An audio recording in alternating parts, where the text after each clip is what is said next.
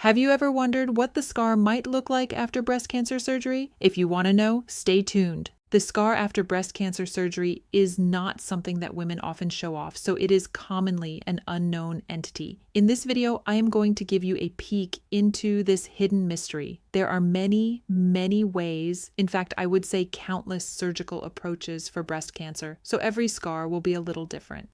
However, being aware of the different approaches before making a decision for surgical treatment will allow a patient to have a meaningful conversation with her surgeon. The content here is solely for patient education to empower her to have an insightful discussion with her surgeon.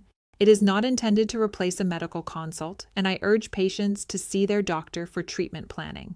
Here, I will be going through scar appearances after removing cancers in the central part of the breast. I will be sharing cosmetic outcomes after traditional approaches, reconstruction, and also breast conservative techniques which have been reported by other surgeons in medical journals, with credits to the surgeons who described them. Please note that what is presented here is not exhaustive and is only to help women understand the varied surgical approaches. At the end of the video, I will share how scars after performing restorative breast surgery might look like for cancers located centrally. Let's begin.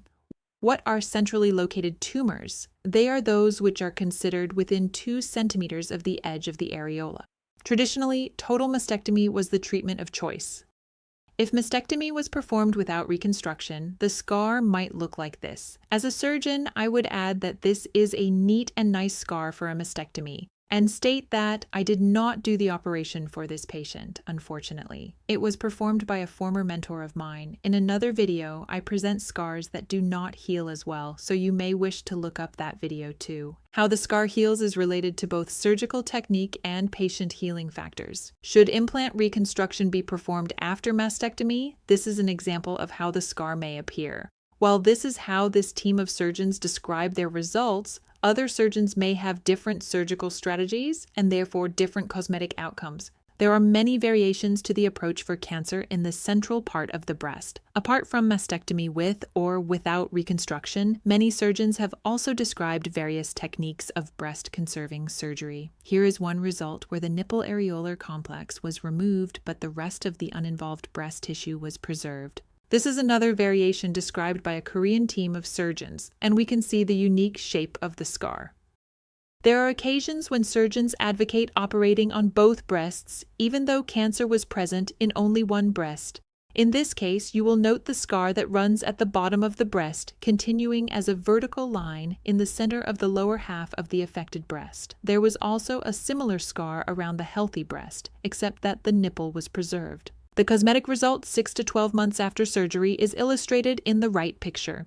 Here is another team of surgeons who also advocate operating on the uninvolved breast to equalize the breast sizes after removing the cancer from the diseased breast. The left nipple was removed together with the centrally located cancer through a technique they refer to as a melon slice excision. This left a horizontal scar on the side originally with cancer. The scar on the uninvolved breast was different. There was a vertical section in the lower half of the breast, accompanied by a circular one around the preserved nipple, which may be difficult to see because of its intentional design. We've seen what surgeons have published in medical literature on how scars might appear after removal of cancer in the central part of the breast. In the next section of this video, I will share a few examples of the scars after restorative breast cancer surgery, which I often perform. This patient had cancer in the central part of her breast. Following surgery, this is the appearance of her scar after surgery. In case it is not obvious, the light arrow indicates the position of the breast scar in a circumareolar position, while the scar to remove sentinel lymph nodes is indicated by the dark arrow. Using restorative breast cancer surgery, there is usually no need to sacrifice the nipple and areola without compromise in cancer control outcomes. This is another example of a scar for a patient who originally had a cancer 4.3 centimeters in size.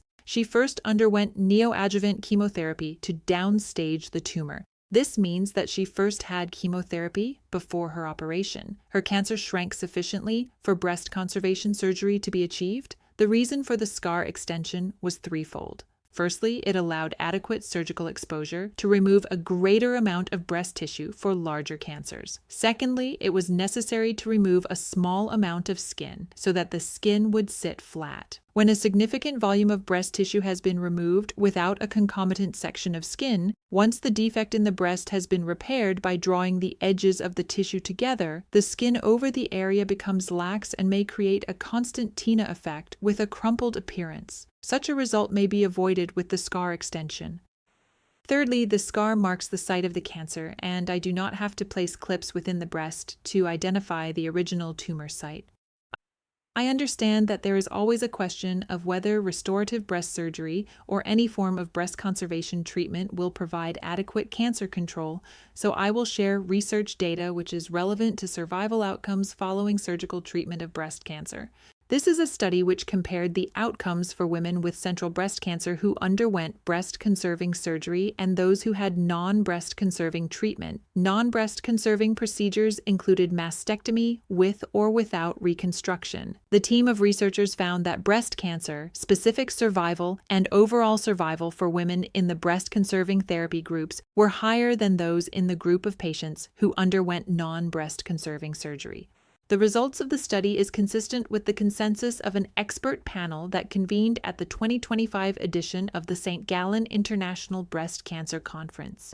They stated their belief that breast-conserving surgery with radiation therapy is usually the best treatment option for women with early-stage breast cancer with comparable or superior cancer control results when compared with mastectomy. Thank you for staying until the end of this video. The references cited are listed specifically to allow you to fact-check and verify the information. That said, the research data and information available today is immense, and I have done my best to organize it in vignettes that present important details, but not in overwhelming amounts. I hope that this will help women make decisions that are right for them. There are many other videos in this channel which discuss different aspects of the diagnosis and surgical treatment of breast cancer, and I hope that you will join me there too. Until we come together again, take care.